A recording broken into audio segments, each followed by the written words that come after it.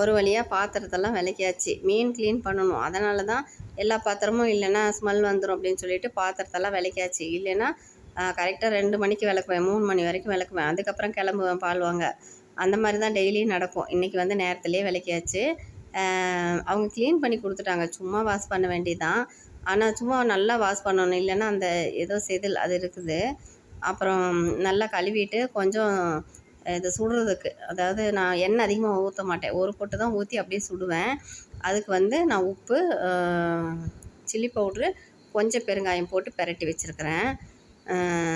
இது வந்து அப்புறம் ஃப்ரிட்ஜில் எடுத்து வச்சிடலான்னு இருக்கிறேன். ஏன்னா நான் தயிர் மோர் கஞ்சி குடிச்சிட்டேன். மோர் சாப்பிட்ட அன்றைக்கி மீன் சாப்பிடக்கூடாதும்பாங்க.